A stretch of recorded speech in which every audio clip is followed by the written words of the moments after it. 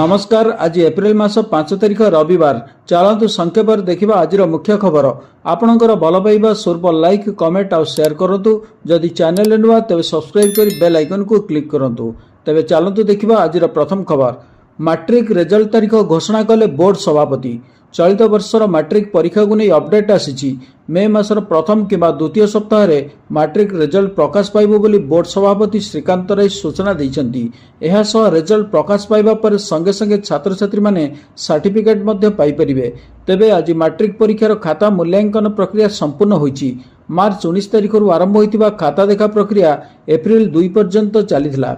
चलित वर्ष मोट 5,61,979 जन छात्र छात्री मैट्रिक परीक्षा देइथिले। चलित वर्षर मैट्रिक परीक्षा को नहीं अपडेट आसी। मे मासर प्रथम किंवा द्वितीय सप्ताह मैट्रिक रिजल्ट प्रकाश पाइब बोली खबर रही। परवर्ती खबर। आज भी घड़घड़ी सह वर्षा संभावना 5 जिला को सतर्क सूचना। राज्यर केतक स्थान में कालबैशाखी वर्षा होबार संभावना थिबारु सतर्क सूचना जारी होईछि। तेबे 2 दिन पर तापमात्रा 2 रु 3 डिग्री ह्रास पाइबा नहीं पाणीपाग केन्द्र पक्षर सूचना दि जाइछि। शनिवार कलाहांडी, कंधमाल, रायगड़ा, कोरापुट एवं मालकानगिरी को घड़घड़ी सह वर्षा पवन बहिबा नहीं येलो वार्निंग जारी करा जाइछि। सेहिपरि मंगलवार पर्यंत राज्यर विभिन्न स्थान में घड़घड़ी सह वर्षा हेबा नहीं सूचना दि जाइछि। एही समय पवनर बेग प्रायतः 30 रु 40 किलोमीटर रहिबो बोली आकलन करा जाइछि। सूचनायोग्य राज्य में ग्रीष्म प्रभाव जारी रहितबा बेले प्रबल गरम और गुळुगुळी हेउछि। परवर्ती खबर। सरकार को बड़ घोषणा। बदलिबो नियम। सुना किणवाकू हेले देवाकू पड़िबो पैन एवं आधार। सरकार सुना क्रय संबंधी नियम गुड़ी को आहुरी कठोर करने जाउछन्ती। एही पदक्षेप अधीन देश मध्य सुना टैगिंग संबंधी कठोर नियम कार्यकारी करबा पई प्रस्तुति चली। जार लक्ष्य होची हॉलमार्किंग अपव्यवहार संपर्क में बढ़ुवा चिंता को दूर करने सहित सुनार शुद्धता एवं प्रामाणिकता को सुनिश्चित करने। हॉलमार्किंग एक प्रमाणपत्र प्रक्रिया जहाँ सुना अलंकार शुद्धता को प्रमाणित करे। भारत में यही प्रक्रिया भारतीय मानक ब्यूरो BIS द्वारा नियंत्रित हुए, जहाँ निश्चित करे जे सुना निर्धारित गुणवत्ता मापदंड पूरण करे। परवर्ती खबर। चाकरी गले भी टेंशन नहीं, पॉकेट को तुरंत आसिबो टंका। कंपनी पे जारी हैला कड़ा निर्देश। श्रमिक एवं कर्मचारी को पई एक बड़ खुशी खबर। केंद्र सरकार को नुआ लेबर कोड लागू होगा पर एवं कर्मचारी को निजर बकेया प्राप्य पर मास मास धरी अपेक्षा करने को पड़ो नहीं। जदि आपण कौनसी कंपनी चाकरी छाड़ुंट किंबा आपण को बाहर करा जाउछि, तेबे मात्र 2 दिन वर्किंग डेज मध्य कंपनी को समस्त हिसाब सारी पैसा देवाकू पड़िबो। पूर्व कर्मचारी माने चाकरी छाड़िबा परे सेमानंकर बकेया दरमा एवं अन्यान्य, किंतु एबे नुआ नियम अनुसार चाकरीर शेष कार्य दिवस मात्र 48 घंटा मध्य सेटलमेंट करने बाध्यतामूलक। परवर्ती खबर।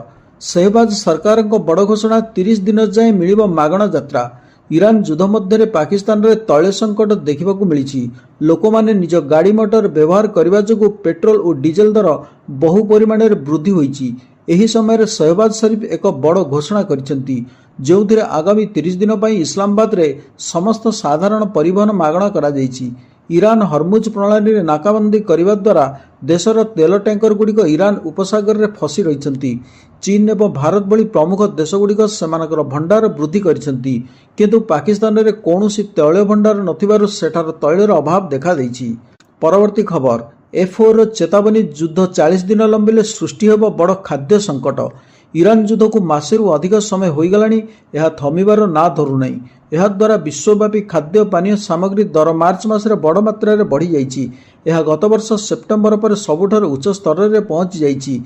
यार कारण होछि इतिमध्य तेल एवं गैस दरर द्रुत वृद्धि। FAO मुख्य अर्थनीतिज्ञ मैक्सिमो तारेरो कहते जे ईरान युद्ध आउ 40 दिन लंबिले एवं अशोधित सामग्री तथा सार दर अधिक रहिले चाषी बिहन बुणा कार्य को अटकाई पारती। एभली फसल आड़ को एमाने मन बड़ाई पारती जो सार व्यवहार कम होता है एवं आगामी दिन में खाद्य जोगाण और कमोडिटी दर प्रभावित हो पारे। परवर्ती खबर। रेलवे सूत्र सूचना। ओडिशार गोटे इंच मध्य रेल ट्रैक अन्य राज्य को जाऊ नहीं। पलाश इच्छापुरम स्थानांतर प्रसंग। रेलवे सूत्र सूचना। ओडिशार गोटे इंच मध्य रेल ट्रैक अन्य राज्य को जाऊ नहीं।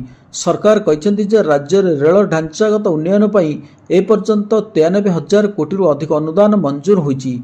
पिछला 3 वर्ष धरी प्रतिवर्ष रेल बजेट अनुदान 10,000 कोटी अधिक रही, जहाँ 2009 रु 2014 समय सीमा तुलन में प्राय 13 गुणा वृद्धि। ଏହା ସହିତ ରାୟଗଡ଼ା ରେଳ ଡିଭିଜନକୁ ଅନୁମୋଦନ ମିଳିଥିବା ବେଳେ ଏହାର କାର୍ଯ୍ୟାରମ୍ଭ ପାଇଁ ପ୍ରସ୍ତୁତି ଜୋରଦାର ଭାବେ ଚାଲିଛି। ଏହା ଚାଲୁ ହେଲେ ରେଳ ସେବାର କ୍ଷମତା ବୃଦ୍ଧି ସହିତ ଅଞ୍ଚଳୀୟ ଉନ୍ନତିକୁ ଗତି ମିଳିବ। ପରବର୍ତ୍ତୀ ଖବର, ଜିଓ ନା ଏୟାରଟେଲ, କମ୍ ଦାମରେ କିଏ ଦେଉଛି ବେଶୀ ଲାଭ? 84 ଦିନିଆ ପ୍ଲାନ୍ ପାଇଁ କେଉଁଟି ସବୁଠୁ ଶସ୍ତା? ଯଦି ଆପଣଙ୍କ ପାଖରେ ରିଲାଏନ୍ସ ଜିଓ କିମ୍ବା ଏୟାରଟେଲର ପ୍ରିପେଡ୍ ସିମ୍ କାର୍ଡ ଅଛି, ତେବେ ଆପଣଙ୍କର ପରବର୍ତ୍ତୀ ରିଚାର୍ଜ ପୂର୍ବରୁ ଆପଣଙ୍କୁ ଭଲ ଭାବରେ ଅବଗତ ହେବା ଉଚିତ ଯେ କେଉଁ କମ୍ପାନୀ କମ୍ ମୂଲ୍ୟରେ ପ୍ରତିଦିନ 1.5 GB ହାଇସ୍ପିଡ୍ ଡାଟା ପ୍ରଦାନ କରୁଥିବା ପ୍ଲାନ୍ ପ୍ରଦାନ କରୁଛି। 799 ଟଙ୍କିଆ ରିଲାଏନ୍ସ ଜିଓ ପ୍ଲାନ୍ ସହିତ ଉପଭୋକ୍ତାମାନଙ୍କୁ ପ୍ରତିଦିନ 1.5 GB ହାଇସ୍ପିଡ୍ ଡାଟା ପ୍ରଦାନ କରାଯାଏ। ଏହି ପ୍ଲାନ୍ ସହିତ ଅନେକ ପରିପୂରକ ଲାଭ ମଧ୍ୟ ଆସିଥାଏ। ଉଦାହରଣ ସ୍ୱରୂପ ଏହାକୁ ଜିଓ ଟିଭିକୁ ମାଗଣାରେ ପ୍ରବେଶ ପ୍ରଦାନ କରେ ଏବଂ ଉପଭୋକ୍ତାମାନେ ଜିଓ ଏଆଇ କ୍ଲାଉଡ୍ ଷ୍ଟୋରେଜର ଲାଭ ମଧ୍ୟ ପାଇପାରିବେ। ପରବର୍ତ୍ତୀ ଖବର, ପ୍ରବେଶ ଉତ୍ସବରେ ପିଲାଙ୍କୁ ଖଡ଼ି ଛୁଆଇଲେ ମୁଖ୍ୟମନ୍ତ୍ରୀ। ନୂତନ ଶିକ୍ଷାବର୍ଷ ଆରମ୍ଭ, ପାଠପଢ଼ା ପୂର୍ବରୁ ପିଲାଙ୍କୁ ହୋଇଛି ଖଡ଼ିଛୁଆଁ। ମୁଖ୍ୟମନ୍ତ୍ରୀ ମୋହନ ମାଝୀ ବିଦ୍ୟାଳୟରେ ପହଞ୍ଚି ନୂଆକରି ପାଠ ପଢ଼ିବାକୁ ଆସିଥିବା କୁନି କୁନି ପିଲାଙ୍କୁ ଖଡ଼ିଛୁଆଁ ଶ୍ରେଣୀଗୃହରେ ପ୍ରବେଶ କରାଇଛନ୍ତି। ଏହା ସହିତ ଛାତ୍ରଛାତ୍ରୀଙ୍କୁ ସ୍କୁଲ ବ୍ୟାଗ୍ ପ୍ରଦାନ କରିଛନ୍ତି। ଶନିବାର ରାଜ୍ୟସ୍ତରୀୟ ପ୍ରବେଶ ଉତ୍ସବ ଓ ଖଡ଼ିଛୁଆଁ କାର୍ଯ୍ୟକ୍ରମ 2026 କାର୍ଯ୍ୟକ୍ରମ ଅନୁଷ୍ଠିତ ହୋଇଯାଇଛି। ଏହି ଅବସରରେ ମୁଖ୍ୟମନ୍ତ୍ରୀ ମୋହନ ଚରଣ ମାଝୀ ଭୁବନେଶ୍ୱରସ୍ଥିତ ରାଜଭବନ ସରକାରୀ ଉଚ୍ଚ ପ୍ରାଥମିକ ବିଦ୍ୟାଳୟରେ ପହଞ୍ଚି କୁନି କୁନି ପିଲାମାନଙ୍କୁ ଖଡ଼ି ଛୁଆଇଥିଲେ। ସିଲଟରେ ମା ଓ ବାପା ଶବ୍ଦ ଲେଖାଇ ପାଠପଢ଼ା ଆରମ୍ଭ କରିଥିଲେ। ପରବର୍ତ୍ତୀ ଖବର, ଝାଇଁ ଝାଇଁ କଲାଣି ଖରା, 42 ଡିଗ୍ରୀ ମୁହାଁ ପାରଦ, ଆହୁରି ବଢ଼ିବ ତାତି। 10ରୁ ଉପକୂଳରେ ଜାଳିବ ଡହ ଡହ ଖରାକୁ ଝାଞ୍ଜି ମାଡ଼। ଝାଇଁ ଝାଇଁ କରିଦେଲା ଦେହମୁଣ୍ଡ, ଖରାରେ ଟିକିଏ ଛିଡ଼ା ହୋଇଗଲେ ସିଝିଲା ଭଳି ଲାଗୁଥାଏ। ଏମିତି ତାତି ପ୍ରହାର ସହ ଆରମ୍ଭ ହୋଇଛି ଗ୍ରୀଷ୍ମ ପ୍ରବାହ ବା ହିଟ୍ ୱେଭ୍ ପ୍ରକୋପ। ଶୁକ୍ରବାର ପାରଦ ମାରିଲା ବଡ଼ନିଆଁ, ଅସ୍ୱାଭାବିକ ଭାବେ ସୋପରମୁହାଁ ହେଲା ତାପମାତ୍ରା। ସକାଳୁ ଟାଏଁ ଟାଏଁ ଖରା, ଦିନ ବଢ଼ିବା ସହ ପାରଦ ପହଞ୍ଚିଗଲା 42 ଡିଗ୍ରୀ ସେଲସିୟସ୍ ପାଖାପାଖି। ଗୋଟିଏ କି ଦୁଇଟି ସ୍ଥାନ ନୁହେଁ, 9ଟି ଜାଗାରେ ପାରଦ 40 ଡିଗ୍ରୀ ଡେଇଁଲା। ଶୁକ୍ରବାର ସର୍ବାଧିକ ତାତି ଥିଲା ଶିଳ୍ପାଞ୍ଚଳ ଝାରସୁଗୁଡ଼ାରେ। ସେଠାରେ ପାରଦ 41.6 ଡିଗ୍ରୀ ସେଲସିୟସ୍କୁ ଛୁଇଁଥିଲା। ପରବର୍ତ୍ତୀ ଖବର, ମେଡିକାଲ ଷ୍ଟୋର ପାଇଁ ନୂଆ ନିୟମ, ଏବେ ବିନା ସିସିଟିଭିରେ ବିକ୍ରି ହୋଇପାରିବନି ଔଷଧ, କ୍ୟାମେରା ନଜରରେ ରହିବେ ଗ୍ରାହକ। ଦେଶରେ ଔଷଧର ଖୁଚୁରା ବିକ୍ରି ଏବଂ ଏହାର ଅପବ୍ୟବହାରକୁ ରୋକିବା ପାଇଁ କେନ୍ଦ୍ର ସରକାର ଏକ ବଡ଼ ପଦକ୍ଷେପ ଗ୍ରହଣ କରିଛନ୍ତି। ଏବେ ସମସ୍ତ ମେଡିକାଲ ଷ୍ଟୋରରେ ସିସିଟିଭି କ୍ୟାମେରା ଲଗାଇବା ବାଧ୍ୟତାମୂଳକ କରାଯାଇଛି। ଡ୍ରଗ୍ କନସଲଟେଟିଭ୍ କମିଟି ଡିସିସି ଏହି ପ୍ରସ୍ତାବକୁ ମଞ୍ଜୁରି ଦେଇଥିବା ବେଳେ ଏହାକୁ ଖୁବ୍ ଶୀଘ୍ର ସାରା ଦେଶରେ ଲାଗୁ କରାଯିବ।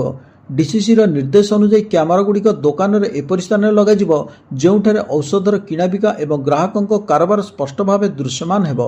କେବଳ ଦୋକାନ ବାହାରେ ନୁହେଁ, ବରଂ କାଉଣ୍ଟର ନିକଟରେ କ୍ୟାମେରା ରହିବା ଜରୁରୀ। ତେବେ ଖବରଗୁଡ଼ିକ କିପରି ଲାଗିଲା ଲାଇକ୍ କମେଣ୍ଟରେ ଜଣାଇବେ, ଆଉ ସେୟାର କରିବାକୁ ଭୁଲିବେ ନାହିଁ। ବର୍ତ୍ତମାନ ପାଇଁ ଖବର ଏତିକି। ନମସ୍କାର।